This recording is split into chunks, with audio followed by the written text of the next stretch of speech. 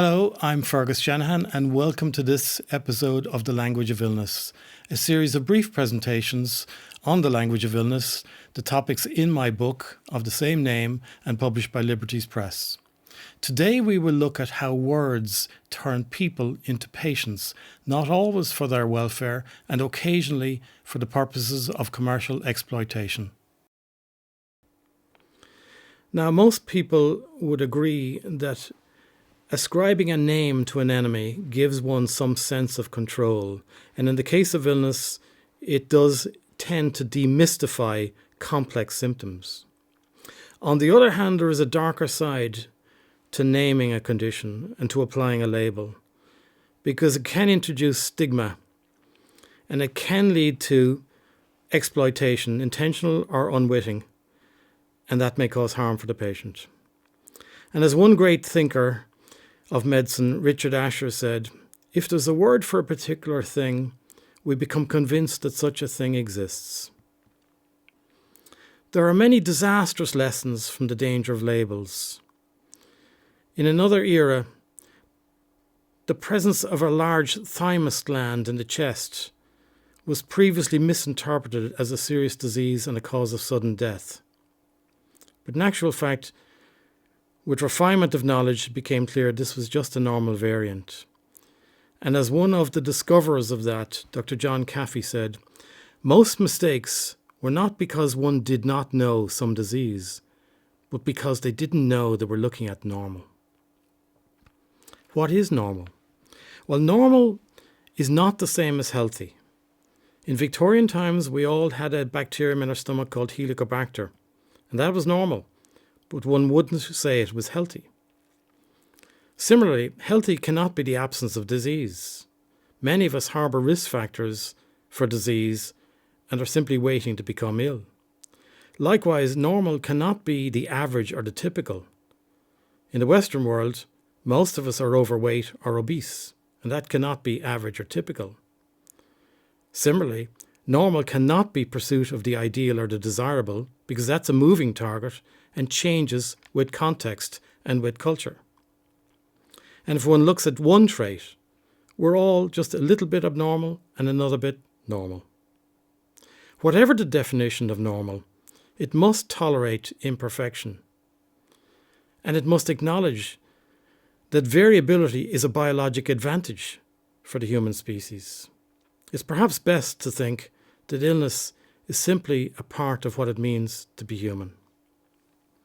Now, Richard Smith, the editor of the British Medical Journal, in 2002 was so concerned about the slippery nature of disease and non-disease that he commissioned a survey asking people to list diseases and non-diseases. And non-diseases were defined as human problems that were defined as a medical condition, but might have a better outcome if they were not defined that way. And the examples that emerged were ranging from the patently normal, which was aging, to the trivial, boredom, unhappiness, or cellulite, to the disturbing, loneliness. Now, no one would dispute that each of these conditions causes suffering, and each is very real for the patient or person with them. But they are non-diseases. And the one characteristic of a non-disease is that it is incurable with medical treatment. These conditions do not need exploitation or medical speak or medical intervention.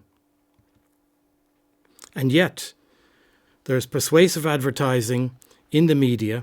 Take, for example, this man who has seen the famous soccer player advise that he should see his doctor and not suffer in silence and perhaps get testosterone injections. But this kind of advertising is not new. As a child, I recall growing up seeing adverts for Guinness. Guinness is good for you, gives you strength. And then there's the famous Horlicks advert that many people will remember from their childhood, when Horlicks was advertised as something that would guard against night starvation. Night starvation never existed. It was created for the sales of Horlicks. And what about the common malodorous breath condition that suddenly became chronic halitosis? And when that term was introduced, sales of Listerine skyrocketed. And as James Twitchell said in his book 20 Adverts That Shook the World, Listerine did not make mouthwash as much as it actually made halitosis. The simple use of a highfalutin medical sounding term changed the sales of a simple product and created a new condition. Now, occasionally bad language becomes bad medicine. Consider the common condition irritable bowel syndrome that affects 10 to 15% of the population. And approximately 1/3 of these patients have constipation predominant irritable bowel, 1/3 have diarrhea predominant irritable bowel, and 1/3 have a mixed or alternating pattern. But the language one uses can have a profound influence on how a doctor interprets the symptoms and, unfortunately, how a doctor may mistreat the condition. Consider this patient who sees the doctor and says, "I have irritable bowel syndrome. I'm always in the toilet. I can't get off the bowl." That might be interpreted to be bowel frequency and therefore IBS diarrhea predominant, and the doctor prescribes an antidiarrheal. Now consider the same patient sees a different doctor who hears it a different way and perhaps less careful with the history taking. Patient says, "I have irritable bowel syndrome. I'm always in the toilet, continually straining at stool." In this situation, the same patient is now diagnosed as having irritable bowel syndrome, constipation predominant, and is provided with a laxative, not an antidiarrheal. Same patient, different treatment. Why is this important? It's important because of the insufficiency of language to explain what is actually happening here. The patient has a sense of incomplete evacuation of stool, a sense of incomplete evacuation. And if the doctor doesn't listen carefully to the words, the treatment changes. This had a disastrous effect in a famous study where a drug was introduced to treat irritable bowel syndrome, particularly for women with so-called diarrhea predominant irritable bowel syndrome. But unfortunately, some patients probably did not have that, and the loose use of language and loose diagnosis led to the wrong treatment, and patients actually suffered serious conditions such as ischemic colitis, and there were several deaths. So language is important in terms of the correct treatment.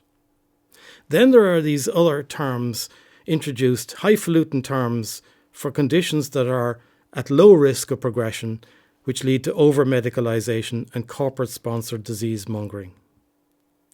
And different words for the same condition may change the treatment. In this remarkable study, it was found that when the label for the condition was changed, when the label was made more medicalized or more serious, the patient actually experienced a sense of loss of control and an increased perception of severity.